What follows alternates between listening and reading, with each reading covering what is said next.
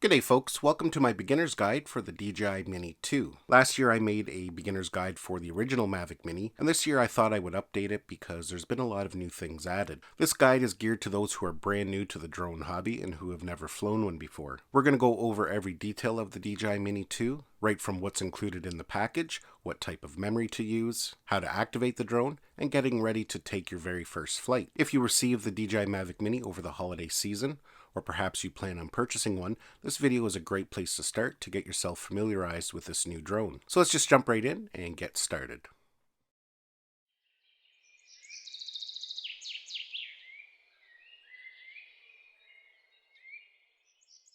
So here in front of me I have the new DJI Mini Fly combo, but before we get into this video I just want to mention a few things. There's a lot to cover, so this video could get a little bit long, so you may want to consider watching it in small segments. We will be moving quickly through all the different aspects just because we don't want this video to be several hours long. But just remember, you can always pause the video if you feel I'm going too fast. You can rewind it and rewatch it, just to make sure you've understood everything we've talked about. It may also be a good idea to bookmark this video, and that way you can always come back and reference it later. So as mentioned, I have the DJI Mini 2 Fly combo here in front of me, and this is still a retail package. I actually haven't even opened this one up yet, so that way you can see what all comes inside the box and how it's packaged. DJI sells two packages. They have the base package and they have the Fly combo. With the Fly combo you get some extra gear such as a charging hub and some extra batteries. With the base package you basically get just the drone, controller, and one battery. No matter what package you have or you plan on purchasing, you can still follow along to this video. So when you purchase the Fly package, you're going to get this case with it. That's one of the other bonuses of getting the Fly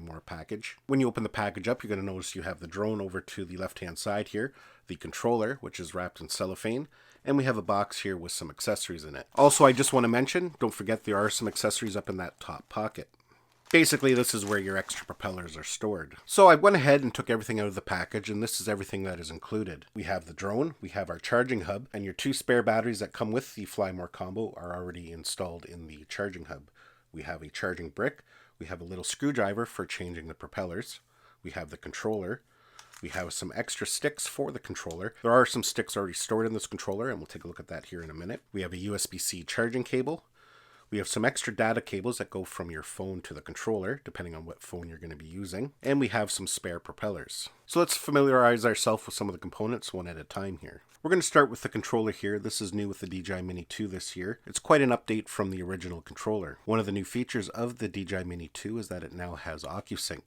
OcuSync is basically the transmission system from the controller to the drone. The original Mavic Mini had enhanced Wi-Fi as the transmission signal. Wi-Fi signals can be problematic, especially when flying in busy areas such as a city. You can get a lot of interference, you can get some disconnections, and you can't fly very far. So the new Mavic Mini is actually rated to fly up to 10 kilometers. Now you're not going to fly 10 kilometers with this little drone, but more importantly, you just have a nice, solid, reliable connection. You can see at the bottom here, this is where our control sticks are stored, and they just pull out and then screw into the controller. They're both identical, so it doesn't matter what side you put them in. This top part pulls out, and that's where we mount our smartphone, and we'll take a closer look at that here in a minute. On the front of the controller here, we have a function button, and that can be set to do various tasks. On the other side here, we have a button that allows you to switch quickly between video and photo mode. We have our power button. On this side over here, we have our return to home and pause button. In the middle here, we can switch to our different flight modes. You can see it's labeled as Sport, Normal, and Sync. Sport mode allows you to fly a little bit faster. Normal mode is what it sounds like, the normal flying mode. And the last mode over there is Sin Smooth, and that basically just slows down the drone so you can get nice, slow cinematic shots. Down at the bottom, we have some colored LED lights, and if we press once on the power button, you can see they're going to light up and show us how much charge is left in the controller. If we flip it to the bottom here, we have a USB-C port. That's how we charge the controller. On the back here, we have a shutter button, and that will take a photo or record video depending on what mode we're in. On the other side here, we have a scroll wheel, and that's going to set the pitch of the camera. Basically, it allows you to move the camera up and down. Now, hidden underneath here is the data cable to connect to our smartphone, and you just pull it out and unravel it just like that. You can see by default they have a connection for an iPhone installed, so depending on what phone you're using to fly with as a display, you would have to put the appropriate cable in. And that's what these cables here are. You can see they have a USB-C to USB-C, and they also have a USB-C to micro USB. So if you're going to be flying with something like an Android device, basically you're just going to unplug this cable, and plug the appropriate cable in. Mounting and connecting a phone is very simple. Now, depending on what phone you're using, sometimes you do have to take the cases off. With this particular iPhone and the Apple silicone case, I don't have to remove the case. It just fits in there nicely just like that. And for me, I'll be taking the lightning port here, and you would use whatever connection you use for your phone, and then just plug it in. And that's basically it. Now, when it comes time to power on your remote for the first time, DJI has it set as a double press to power it on. That's a safety feature so you don't accidentally turn it on when it's in a bag. And to turn it on, you're going to do a short press and then a long press. So we do one quick press and then hold it for a long press. And you can see there, it makes a noise and it powers on. To power it off, you do the exact same thing, a quick press and then a long press. So let's go ahead and we will familiarize ourselves with the drone now. When you get it, you can see here it's covered in stickers. So at this point, it's a good idea to go ahead and remove the stickers. So I've gone ahead and removed all the stickers and we're ready to go here. Now, I just want to mention one quick thing. This drone here weighs 249 grams, and that's why it makes it a great choice for both beginners and for even experienced pilots. It's actually a pretty good little drone, and whether you're buying it as your very first drone or just as a second drone for travel, it's quite powerful and its video and photo capabilities are actually quite good. But that 249 grams is actually very important. In many countries around the world, including Canada here where I live, any drone that's under 250 grams does not have to be registered with the government. On top of that, here in Canada, and it's different for every country, but here in Canada, if a drone weighs more than 250 grams, you actually have to get a drone pilot certificate, which is basically a written test you have to do. But because the DJI Mini 2 only weighs 249 grams, you don't have to register it and you don't have to get a license. So that's just one reason why it makes it a great choice for beginners. Now you still have to follow all the safety rules for drones, so it's a good idea before you do start flying, make sure you familiarize yourself with all your local laws. So let's take a look at the drone here. One thing that is new with the DJI Mini 2 this year is that they've included this propeller holder. It's basically a nice little strap that goes over it, holds all your propellers in place and kind of gives it a little bit of protection when it's stored in a camera bag. So let's go ahead and we'll remove that first. We just undo that little flap there at the side and it comes right off. One nice feature of these little drones is that they're folding, so the first thing we're going to want to do is unfold it. Now, it's a good rule of practice to always unfold the front arms first. The reason being, if you unfold the back arm first, you can see here you can no longer unfold the front arm. So you unfold the front first, and then the back fold down and out. Just like that there. At the front here we have a gimbal guard. It's always important to make sure you remove that before you power it on. At the bottom here we have our power button and we have some LED lights. Now I don't have a battery in it right now, but if you ever want to check the remaining level of the battery that's currently installed, all you have to do is press the power button once and then the LED lights will illuminate, signifying how much battery power is left. At the front here we have our new 4K camera and gimbal. This is what keeps the footage stabilized when you're flying. At the bottom here we have a couple of vision sensors. Those help you maintain a stable flight when you're flying at low altitudes or if you're flying indoors. At the back here we have an LED light which helps you see the drone when it's up in the sky. It's not very bright, but it does help a little bit. But new this year, it actually also functions as a button. You can actually press on it. And when you do a long press on that, that puts the drone into quick transfer mode, which is used to transfer content from the drone directly to your smartphone or tablet. And we'll talk about that a little bit later on. If we flip it over to the back here, you can see we have a USB-C port. We can use that to charge a battery that's directly in the drone just by plugging it into the wall. Beside that, we have our memory card slot. And right above that, there's a door that we can open up, and that's where we install the battery. To install the battery, you just line up the leads at the top of the battery to the leads at the top of the drone there. You just press it in until you hear a click. To remove the battery, there's a little tiny latch. I don't know if you can see that on film, but there's a little latch there, and you just press in on it, and then you can pull the battery out. So now's a good time to install some memory. And what I'll do is I'm going to link down below in the description of this video memory that I recommend to use with this drone. Basically, you just want a nice fast memory card. Because this drone records in 4K now, you just need a really fast memory card. SanDisk is my favorite brand. It's what I use in all my drones and GoPros. SanDisk makes many different types of memory cards. You can use the Extreme or the Extreme Pro. This one here is an Extreme Pro and it's a 64 gigabyte. You can use 32 gigabyte cards, 64 gigabyte cards, 128, even all the way up to 256. Personally myself, I don't like to use 256 gigabyte cards just for the fact that if you happen to have a card go bad, you lose everything. For the most part, myself, I like to use 128 gigabyte cards and have two. That way I always have a spare. Insert the memory. You're just going to make sure the graphic is facing up and then just press it down into the slot. And so one last thing here, let's take a look at the battery and how we charge everything up. Like I said, when you get your Fly More combo, you get the charging hub and you get a total of 2 spare batteries. And as you can see, they're already installed here in the charging hub. This charging hub is a great way to charge 3 batteries. Now it doesn't charge all 3 at once, it only charges one at a time, but it does it in an intelligent way.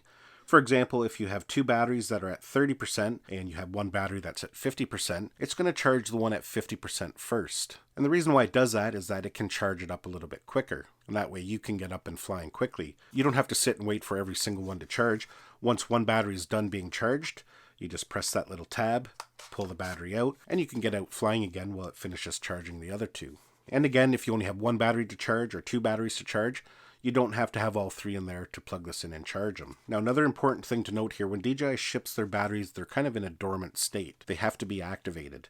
That's for safety reasons during shipping. And to activate them, it's as simple as plugging them in for the first time. Once they've been plugged in, then they'll activate and you can use them. So basically, to charge up the batteries, you're going to use the brick that comes with the kit, and you're going to use the USB-C cable. We're then going to take our charging hub and plug the USB-C cable into the USB-C in. You can see there it's labeled in and out. And the reason why it's labeled out is that you can actually use this as a power bank. So if the batteries have charge in them and say your smartphone is getting a little bit low, you can actually plug your smartphone into that USB-A port there and charge up your smartphone. So that's definitely a nice bonus feature of the charging hub. But for right now, we're just going to charge them up. So we're just going to plug it into the USB-C port.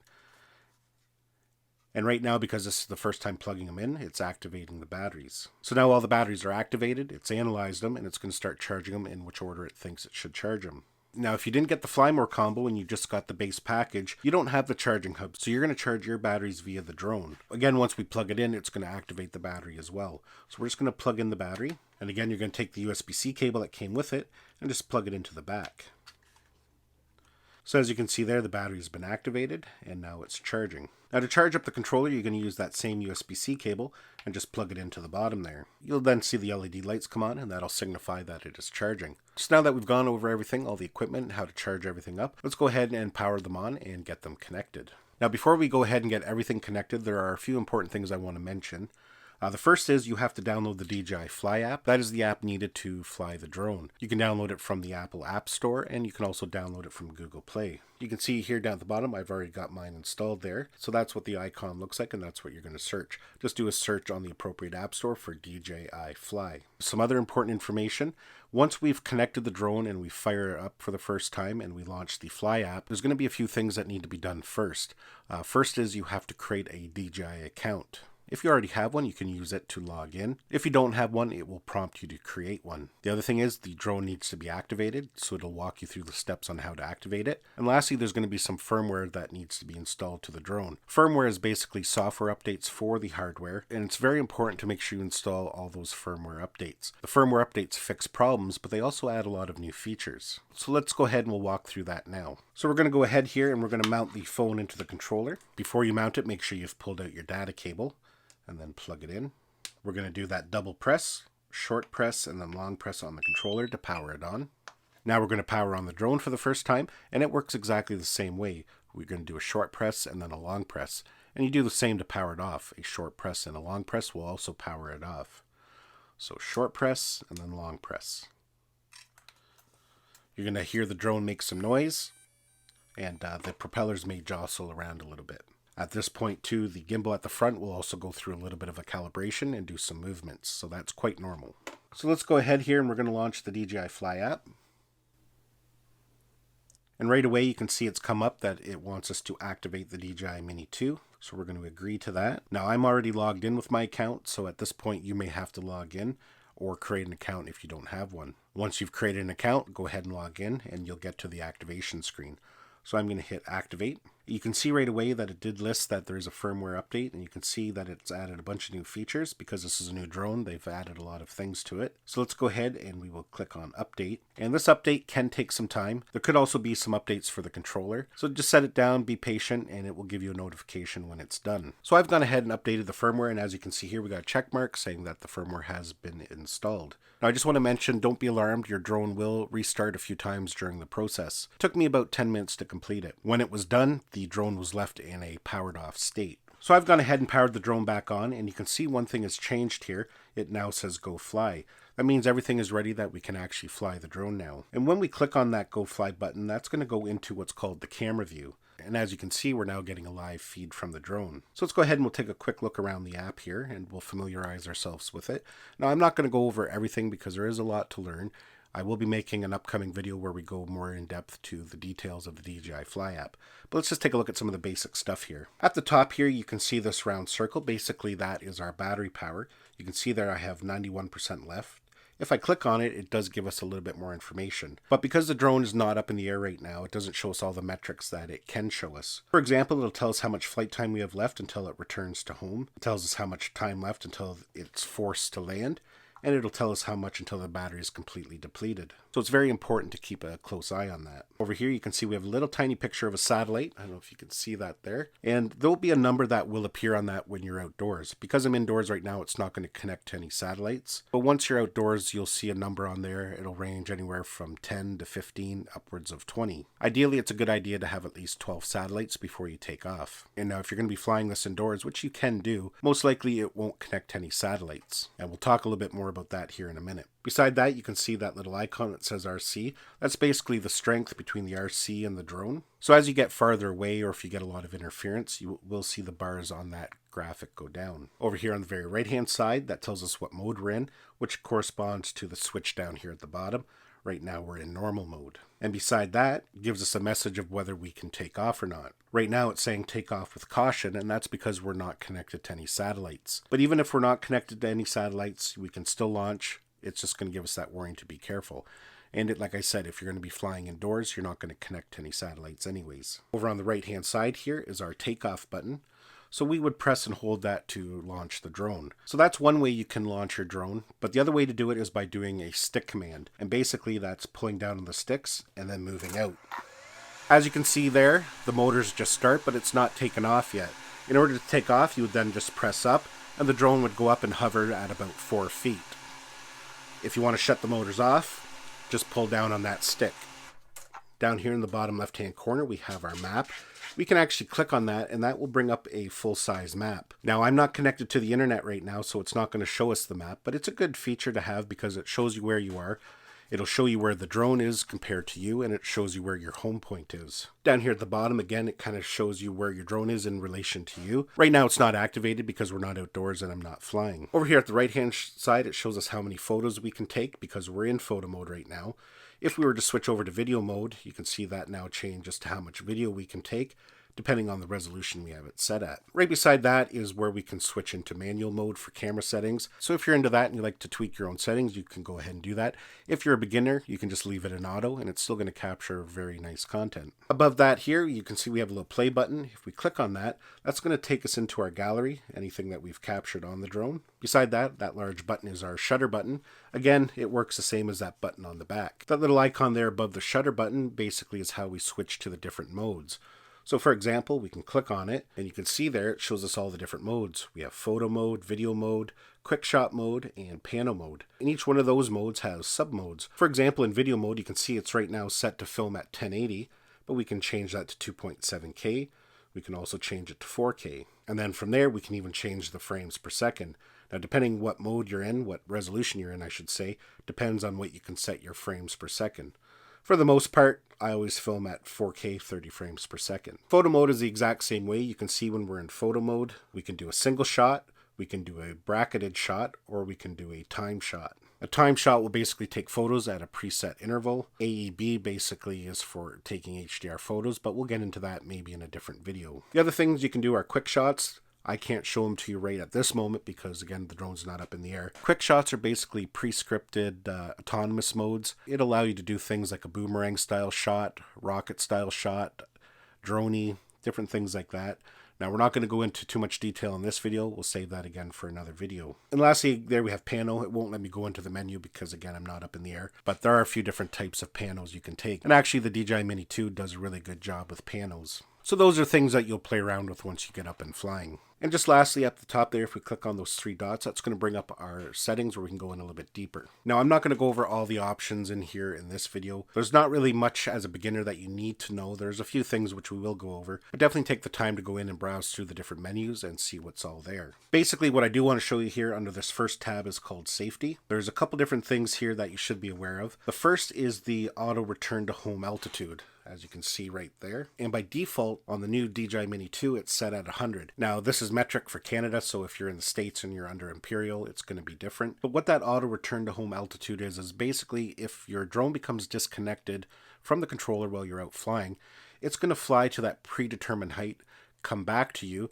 and then come straight down and land. So what you want to make sure is that height is always set higher than the tallest obstacle. For example, if you have trees around you that are at 20 meters, you want to make sure your return to home height is higher than 20 meters. You might want to set it at 30 or 40. But 100 meters is pretty high, so that's probably something that you don't need to adjust anymore. The other thing here is the compass calibration. When you go to fly for the first time, you might actually get an error saying that the compass needs to be calibrated. Inside the drone, there's a compass, and it does a couple different things so it knows which way it's going, which is up, which is down. Really, it's a good rule of thumb to calibrate it before every flight. Some people say you don't need to do it, but it only takes a matter of 20 seconds. Now, if you're flying at the same location every time, it's usually not necessary.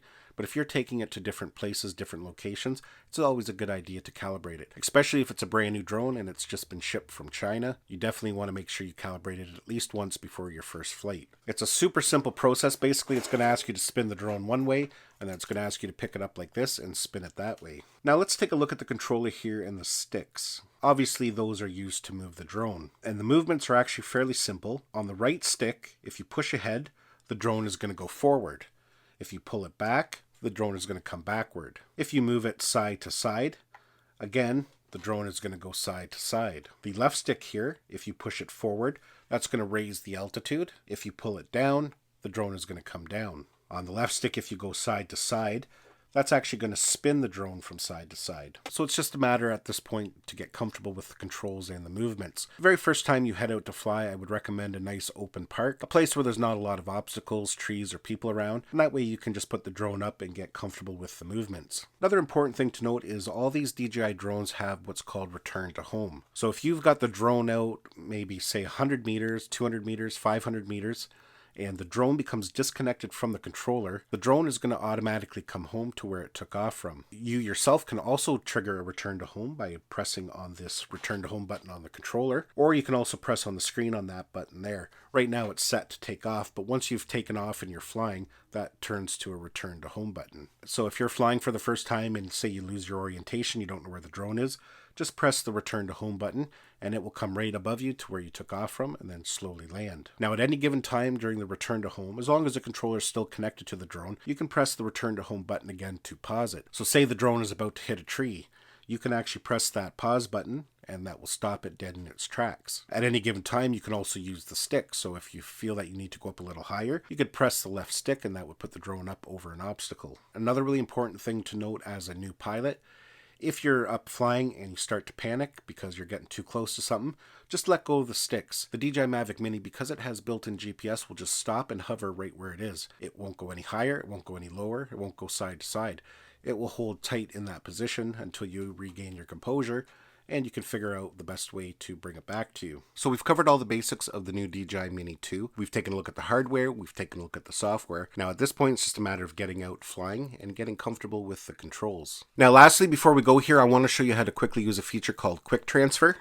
And that's to do with that button I was showing you earlier on in the video on the back. It's a brand new feature with the DJI Mini 2, and it's actually currently the only DJI drone that has this feature. What that does is allow the drone to connect directly to your phone without having to hook up your controller, and it allows you to transfer all your photos and videos over directly to your phone or tablet. It does it very quickly, and you can go in and edit them or share them to social media. So to use it, we're going to power on the drone just like normal. And again, we don't have to use the controller, so we can just leave that off. Once the drone is turned on, we're going to press and hold that button at the back.